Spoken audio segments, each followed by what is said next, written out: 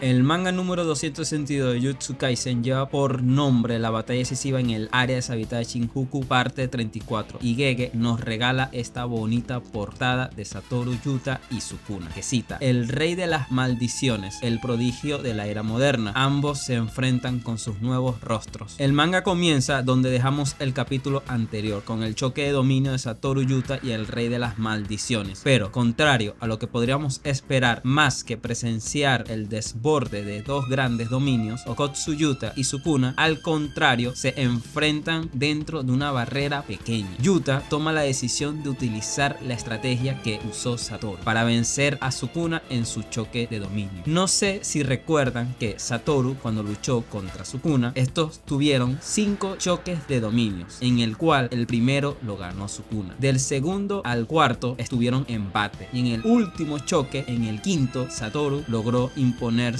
a Sukuna, usando la estrategia de reducir el tamaño de su barrera a tamaños minúsculos. Nos explican que la barrera pequeña que Gojo Satoru ideó como contramedida al dominio de Sukuna puede resistir los efectos del relicario maldito desde afuera del dominio durante aproximadamente 3 minutos. Es decir, la barrera es lo suficientemente poderosa para aguantar el embiste del dominio de Sukuna, que es abierto desde afuera. Supongo que este principio sigue la teoría de la masa, que no se destruye sino que se transforma. La masa, la barrera del dominio, se hace más resistente al estar más compacta, al tener menos espacio en el cual expandirse. Creo que sería como tomar un lienzo o un trapo. Si estiras el lienzo o el trapo, este fácilmente puede ser destruido o traspasado, sea por una aguja o un cuchillo, pero si tomas ese trapo y lo comprimes en forma de pelota, este será más resistente, y el mismo cuchillo o aguja que antes podía traspasar fácilmente ese trapo o lienzo ya no podrá, y este será difícil de destruir. Supongo que este es el principio que sigue. Yuta explica que su técnica de barrera mejoró gracias al entrenamiento de intercambio con Gojo Sensei. Es decir, se nos acaba de confirmar que Yuta, gracias a la técnica de Ui Ui, ya había estado en el cuerpo de Gojo Satoru. Eso explica por qué con la técnica de Kenjaku, aún estando recién en el cuerpo de Gojo, este no tiene problemas de adaptación y de compatibilidad con el cuerpo de él y las técnicas del maestro Gojo. Wow. Yuta menciona que, teniendo en cuenta el cansancio de Sukuna, debería serle posible mantener su barrera por lo menos 3 minutos, al igual que Gojo Sensei lo hizo. Por otro lado, Ryomen Sukuna, el rey de las maldiciones, también ha reducido el alcance de los efectos del relicario demoníaco, al punto de rodear el contorno exterior de la barrera de Yuta, eliminando así el límite de los 99 segundos que este tenía para poder expandir su dominio. Recordemos que hizo un voto vinculante para poder utilizar al máximo el poder de su dominio por 99 segundos. 3 minutos. Yuta en 3 minutos debe causarle el daño suficiente a Sukuna para impedirle volver a usar el relicario demoníaco. Al contrario a él, Sukuna pensaba que en 3 minutos debe destruir el vacío infinito y ampliar su dominio para acabar con todos de una vez, para acabar con Yuta, Itadori y todo. Yuta, ahora sí decidido, comienza a cargar un púrpura para lanzárselo a Sukuna, pero Sukuna se percata de las intenciones de Yuta de lanzar un púrpura, y antes de que este pueda cargarlo por completo, Sukuna se lanza contra Yuta en un cara a cara y evita que este pueda invocar su técnica definitiva. Sukuna conecta un golpe directo en el rostro de Yuta, sorprendiendo a Yuta. Este está sorprendido, se pregunta si es que acaso Sukuna superó el infinito. Se da cuenta que Sukuna está utilizando la amplificación de dominio. Recordemos que la amplificación de dominio es capaz de neutralizar el infinito de Gojo. Sería una especie de dominio simple, pero con la contra de que este no puede usar su técnica maldita. Es decir, Sukuna no puede usar sus técnicas malditas, la de corte, la de desmantelar y el corte que parte el mundo, mientras esté usando la amplificación de dominio. La parte buena de esto es que si usa amplificación de dominio, Sukuna no podría usar cocina dentro de su expansión de dominio. Yuta, confundido, se pregunta y exclama si Sukuna acaso es que puede utilizar la amplificación de dominio mientras su dominio está expandido. Sukuna, dándose cuenta de la sorpresa de Yuta, afirma que, por supuesto, que no había manera de que Yuta se lo esperara, ya que no tiene información de las cosas que puede hacer dentro del dominio, porque los cuerpos de Mei Mei no eran capaces de entrar a este. Y en un cambio de escena, Rika está desconsolada. Rika no deja de llorar por lo que le ha sucedido a su querido Yuta. Rika, abrazando el cadáver de Yuta, no deja de llorar, pobrecita. Está llorando desconsoladamente por él. Y el manga termina con una escena triste del